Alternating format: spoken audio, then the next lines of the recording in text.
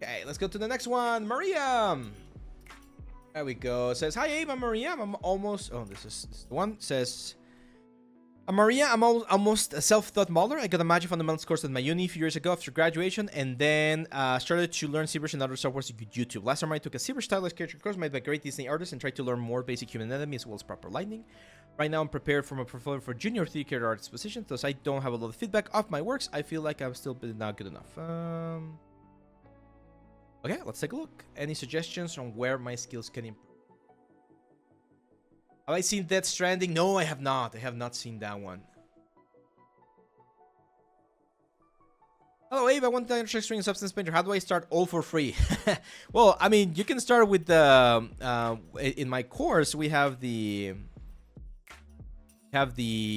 Substance Painter course, and the first chapter is indeed for free. Well, not the first full chapter, but at least the first couple of like lessons. This one's right here.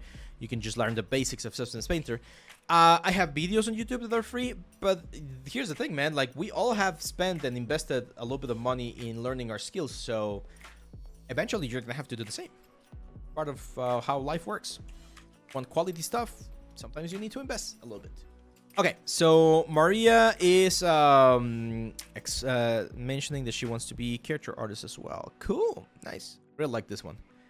I love this one. Why? Contrast. Look at that. Light background, dark element. Looks very like a silhouette element. That looks very, very nice. Very cartoonish. That's nice. Okay, Maria, remember, it's very important to include wireframes. Even if this is, well, if this is just a sculpt, then no need for wireframes. But if it's not a sculpt and you actually did a little bit of like retopology or modeling, which kind of looks like you did in order to be able to do that kind of texturing, a wireframe will be very, very helpful at this particular asset. This ones I would probably take out. The ones that are very simple or sort of like pretty dirty, like this or like poly paint stuff that you did here on the top, might not be the best idea for your portfolio. Unless you did like retopology and everything. Did you? Oh, you did. Is this Siri measure or did you retopologize? No, this looks like proper retopology. Okay, this changes things a little bit. So since you did this one, Maria, then my best advice for this particular element is go back to it. I know you did this 4 years ago, but this is one of those things that since you already have the proper UVs and the proper like modeling, just go to Substance Painter and give it another pass. Like redo the texturings on this one, and it could be a little bit of a stronger piece.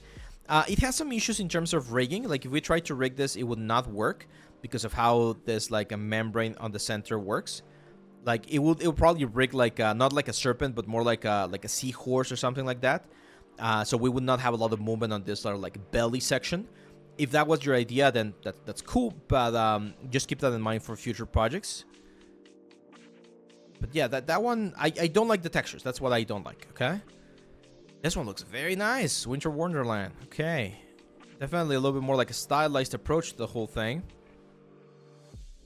The character looks very nice. Like, this is very, like, traditional of what we see right now. This one, I would sharpen the fur a little bit more. Fur is one of those tricky things. Let me copy this here. Fur is one of those tricky things because if you don't do it right, it automatically looks a little bit weird. And if you do it right, people don't even notice. But what you want to do is you want to sharpen things a little bit more, okay?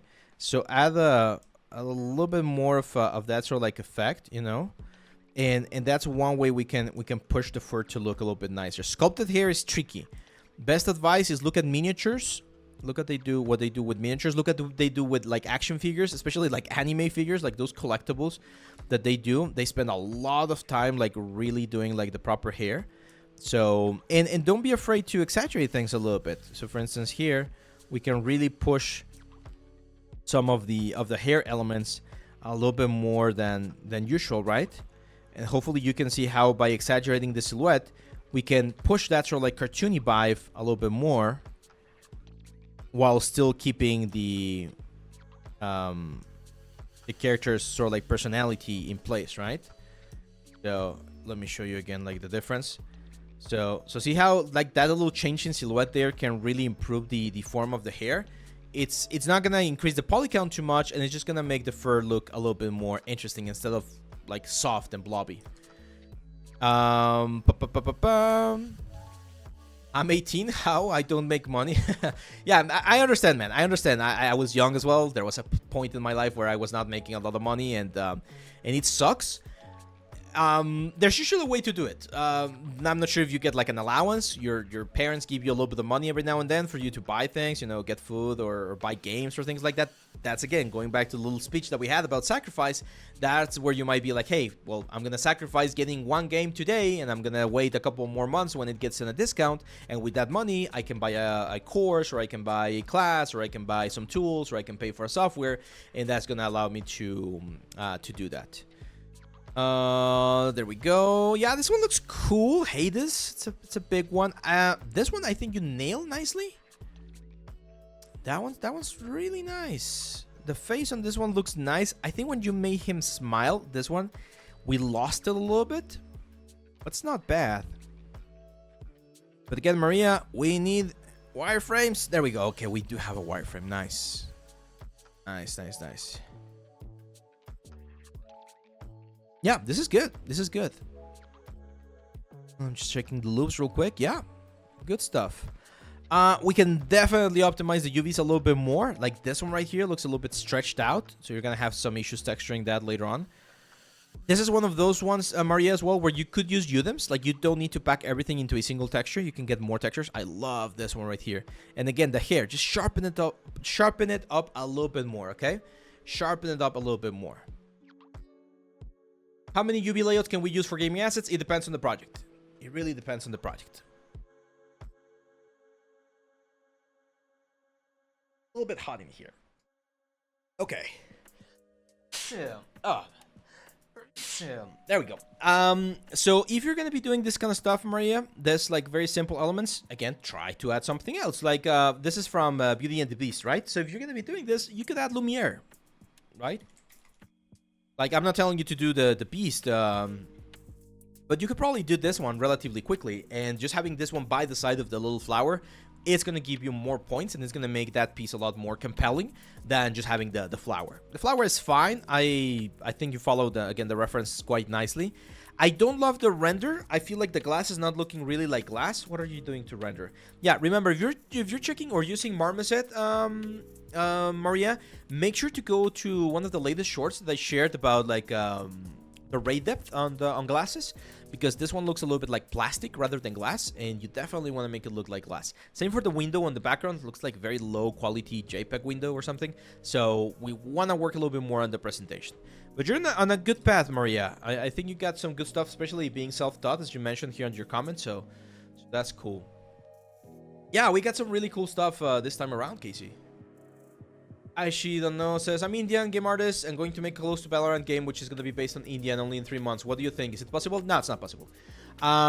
Is that a LeBlanc reference? Who? Roma Song says, long time no see, guys. And sorry to be mean, Ishi don't know. It's just like it's not possible. Like I'm being brutally honest. You cannot do a Valorant game based on India in 3 months by yourself. Like, what are you gonna do? 10 different characters, model, animate, rig them, do special effects, do sound effects, do programming, do UI interface, do engine optimization, do environments, do props. It's not possible.